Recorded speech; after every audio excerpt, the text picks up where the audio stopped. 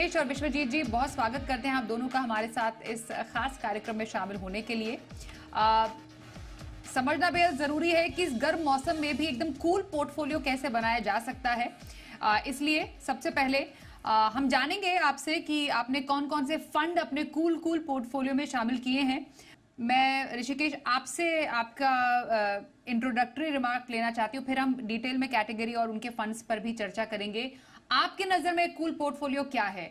और ऐसा cool portfolio, हम वैसा वाला कूल भी कह रहे हैं, कहते हैं ना कि यू आर टू कूल, वैसे वाले कूल की भी बात कर रहे हैं और वो सर्द गर्म वाले कूल की भी बात हम कर रहे हैं कि जो ऑल वेदर पोर्टफोलियो है। तो आपके नजर में ऐसा पोर्टफोलियो कैसा होना चाहिए? अगर दो तीन चार आप पॉइंट्स में बताएं। नमस्ते स्वाति जी, नमस्ते विश्वजीत जी और सारे दर्शकों को नमस्ते। एक कूल पोर्टफोलियो बनाने के लिए सर्वप्रथम ये लिखित करना जरूरी है कि अल्फा का पोटेंशियल कितना है, अल्फा का टारगेट कितना रखा है। हमने करीबन 2 से 3% अल्फा का टारगेट रखना चाहिए। उसके लिए एक पोर्टफोलियो बनाना चाहिए। जब आप एक पोर्टफोलियो बनाते हो, जैसे 15 कैटेगरीज है जैसे आपने कहा, उसमें से वो कैटेगरीज चुननी बहुत जरूरी है जहाँ पे अल्फा बनने की गुंजाइश बहुत ज्यादा है। एक बार आपने कैटेगरी सिलेक्ट कर ली तो फिर आपको ये देखना जरूरी है कि कुछ क्वालिटेटिव पैरामीटर्स होते हैं, कुछ क्वांटिटेटिव पैरामीटर्स होते हैं। जो क्वालिटेटिव पैरामीटर्स होते हैं, जैसे आपकी एएमसी हो गई, फंड मैनेजर हो गया, एएमसी का अगर कुछ बाय आउट होने वाला है नहीं होने वाला है, ये देखना जरूरी है। ये क्वालिटेटिव पैरामीटर्स होते हैं। क्वांटिटेटिव पैरामीटर्स में भी मैं कहना चाहूंगा कि एक पास्ट रिकॉर्ड देखना चाहिए, वो तो जरूरी है, लेकिन साथ ही साथ फ्यूचर पोटेंशियल देखना भी उतना ही जरूरी है। तो मैं कहता हूं कि अगर परसेंटेजेस में बात करें तो 100% में 20% आपको क्वालिटेटिव में देना चाहिए, 80% आपको क्वांटिटेटिव में देना चाहिए, और उस 80 में 40% जो है वो फ्यूचर के लिए देना चाहिए और 40% जो है वो पास्ट के लिए देना चाहिए। अगर ये सब करके अगर आपका एक पोर्टफोलियो बनता है 10 12 13 14 स्कीम्स का, तो उनकी 2 से 3% से अल्फा देने की क्या गुंजाइश है, ये देखना बहुत जरूरी है एक कूल पोर्टफोलियो बनाने के तो ऐसा फंड जो कि एब्सोल्युटली अल्फा जनरेशन में अच्छा हो, सक्षम हो, ऐसा पोर्टफोलियो कूल पोर्टफोलियो कहलाएगा ऋषिकेश पालवे की नजर में। हम क्योंकि एक एक करके कैटेगरीज पे बात कर रहे हैं, आप अपनी लिस्ट ऑफ कैटेगरीज से 2 कैटेगरीज का जिक्र कीजिए और उनके कौन से फंड्स आप रेकमेंड करेंगे for a cool portfolio. For a cool portfolio मैं सबसे पहले कहना चाहूंगा कि आप लार्ज कैप जो फंड होते हैं, प्योर लार्ज कैप फंड होते हैं, वहां पे एक रेस्ट्रिक्शन होता है 80% का। तो उस सिर्फ उसी में ना निवेश करें। अगर आपको लार्ज कैप का एक्सपोजर चाहिए तो उसके लिए आप फोकस्ड या फ्लेक्सी और डिविडेंड यील्ड फंड्स में डाल सकते हो। और दूसरी चीज मैं ये कहना चाहूंगा कि कहाँ पोटेंशियल सबसे ज्यादा ये देखने की जरूरत है, अल्फा पोटेंशियल देखने की ज्यादा जरूरत है।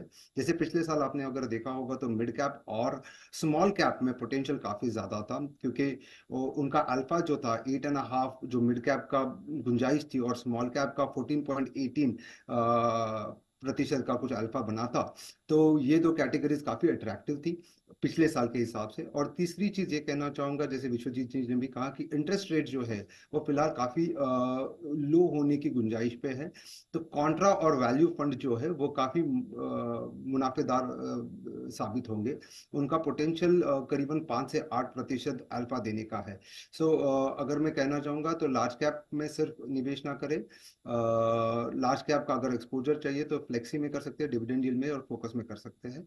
तो ये 3 चीजें मैं कहना चाहता हूँ। Rishikesh, okay, to be more specific Rishikesh, आप एक, क्योंकि हम लिस्ट ऑफ पोर्टफोलियोज की बात करें, आपने लार्ज कैप फंड बोला, विद इन लार्ज कैप हम आपके फंड भी चला रहे हैं। 2 फंड का जो आपने जिक्र किया है, आर वी राइट? आप निपॉन इंडिया लार्ज कैप और क्वांट लार्ज कैप, ये पसंद है आपकी तरफ से? बिल्कुल। तो लार्ज कैप में Nippon India large cap fund और क्वांट लार्ज कैप फंड, मैं कहना चाहूंगा 2 फंड्स है जो मैं रिकमेंड करना चाहूंगा लार्ज कैप स्पेस में। एंड और वन मोर कैटेगरी जिसके आप फंड्स भी रेकमेंड करना चाहेंगे? और एक कैटेगरी जहां पे मैं फंड रिकमेंड करना चाहूंगा जो फ्लेक्सी कैप है, कैनरा रेबेको का फ्लेक्सी कैप फंड होता है या एचडीएफसी का फ्लेक्सी कैप फंड है, वो रिकमेंड करना चाहता हूँ। और एक कैटेगरी है जो है फोकस्ड, जहां पे सिर्फ 30 स्टॉक्स का एक्सपोजर हो सकता है। एचडीएफसी फोकस या आईसीआईसीआई प्रू फोकस्ड में निवेश करने पर मैं राय देना चाहूंगा। ओके, तो large cap funds, flexi cap funds और फोकस्ड फंड्स, ये 3 कैटेगरीज हैं जो कि लगता है हमारे आज के एक्सपर्ट ऋषिकेश पालवे को, जो कि आप ऐसे फंड्स अपने पोर्टफोलियो में शामिल कर सकते हैं for a cool portfolio. Rishikesh, अब आपके नजर में कूल पोर्टफोलियो के लिए और कौन सी कैटेगरीज ऑफ फंड्स आप शामिल करने की सलाह देंगे? अब आपसे आपके और पसंदीदा 3 कैटेगरीज ऑफ फंड्स हम जानते हैं। जी बिल्कुल। जैसे मैंने कहा कि ब्याज दरें कम होती हुई दिख रही है, तो कॉन्ट्रा फंड एक फंड है, जो कैटेगरी है जो देखनी चाहिए। वहाँ पे एसबीआई कॉन्ट्रा फंड काफ़ी अच्छा साबित हो सकता है। वैल्यू में देखा जाए तो कॉन्ट वैल्यू फंड जो है वो काफ़ी अच्छा साबित हो सकता है। और अगर थीमेटिक अगर देखना चाहते हो या सेक्टोरियल फंड देखना चाहते हैं, तो उसमें आप एसबीआई इंफ्रा देख सकते हैं। सो ये 3 कैटेगरीज है जहाँ पे अपॉर्चुनिटी काफ़ी अच्छी दिखती नज़र आ रही है। इसके अलावा अगर बोलना चाहो तो स्मॉल कैप में अगर देखना है, तो एचडीएफसी स्मॉल कैप और इन्वेस्को स्मॉल कैप फंड है। वहां पे पोटेंशियल काफी अच्छा है, क्योंकि उस कैटेगरी की अर्निंग्स जो है वहां पे अभी भी थोड़ा लैग चल रहा है और थोड़ी गुंजाइश है कि अर्निंग्स बढ़ सकती है। तो ये 3-4 कैटेगरीज का मैं राय देना चाहूंगा या रिकमेंड करना चाहूंगा। ओके, तो आपने वैल्यू कॉन्ट्रा फंड, ऐसे फंड्स पोर्टफोलियो में शामिल करने की सलाह दी है। फिर सेक्टर थीमेटिक, इसका भी फ्लेवर आप अपने पोर्टफोलियो में शामिल कर सकते हैं। और बिट ऑफ स्मॉल कैप, क्योंकि small cap exposure apart from large cap mid cap भी बहुत इंपॉर्टेंट है किसी भी एक पोर्टफोलियो के लिए।